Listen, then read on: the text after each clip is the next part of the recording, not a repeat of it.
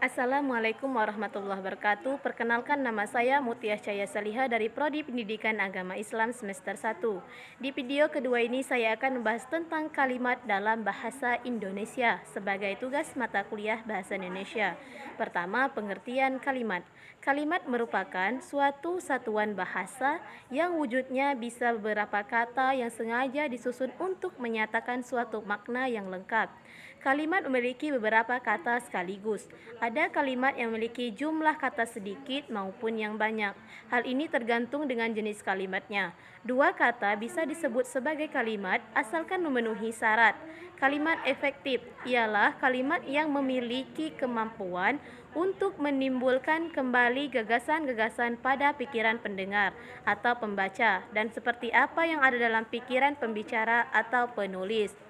Kalimat efektif. Sebuah kalimat efektif mempunyai ciri-ciri khas yaitu kesepadanan struktur, keparalelan bentuk, ketegasan makna, kehematan kata, kecermatan penalaran, kepaduan gagasan, dan kelogisan bahasa. Pertama, kesepadanan.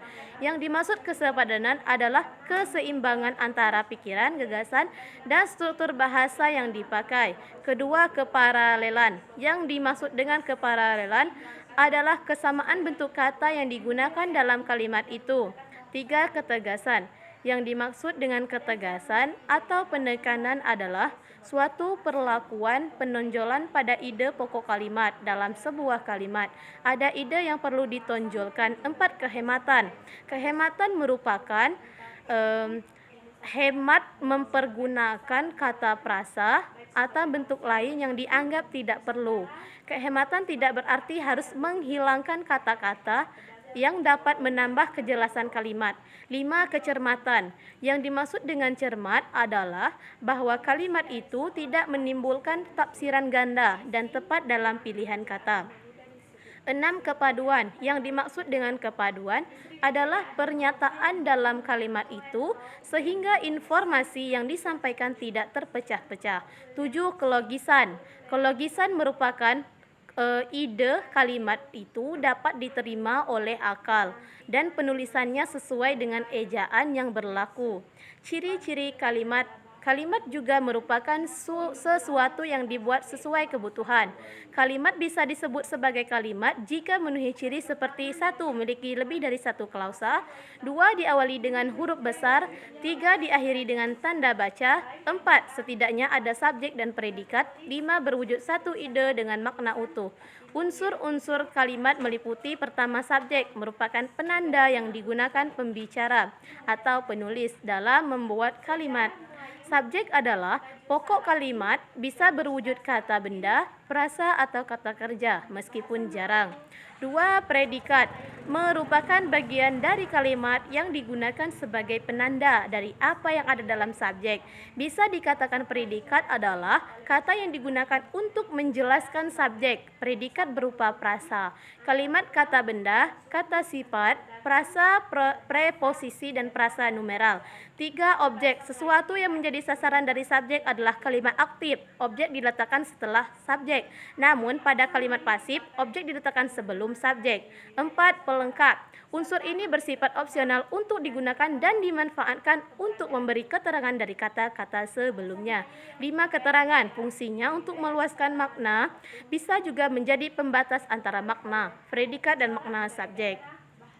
Struktur kalimat merupakan rangkaian kata yang disusun dari unsur-unsur kalimat. Struktur kalimat terdiri dari satu subjek dan predikat. Contoh dari kalimat subjek predikat seperti ayah sedang pergi. Contoh kalimat subjek, predikat, dan subjek saya bermain bulu tangkis. Dan banyak juga contoh dari kalimat lainnya. Jenis-jenis kalimat. Jenis kalimat ini terbagi menjadi dua, yaitu kalimat langsung dan kalimat tidak langsung.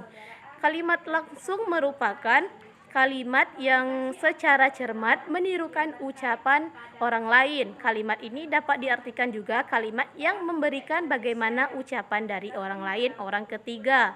Kalimat ini ditandai dengan titik dua dan adapun kalimat tidak langsung merupakan kalimat yang menceritakan kembali ucapan atau perkataan orang lain.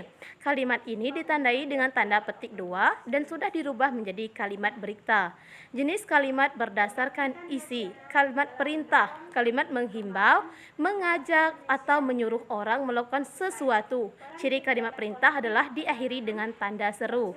Yang kedua, kalimat tanya, yaitu menggunakan 5W plus 1H, yaitu what, who, when, why, where, dan how. Yang maknanya what apa, who siapa, when kapan, why mengapa, where di mana, dan how bagaimana.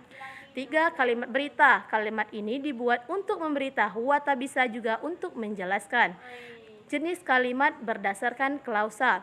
Kalimat tunggal, kalimat yang memiliki satu klausa saja. Maka dari itu, kalimat tunggal cenderung singkat. Dan terakhir, kalimat majemuk, kebalikan dari kalimat tunggal. Biasanya lebih dari satu klausa. Demikianlah video dari saya. Mohon maaf ada kesalahan, saya ucapkan terima kasih. Saya Mutiah Cahaya Salihah. Wassalamualaikum warahmatullahi wabarakatuh.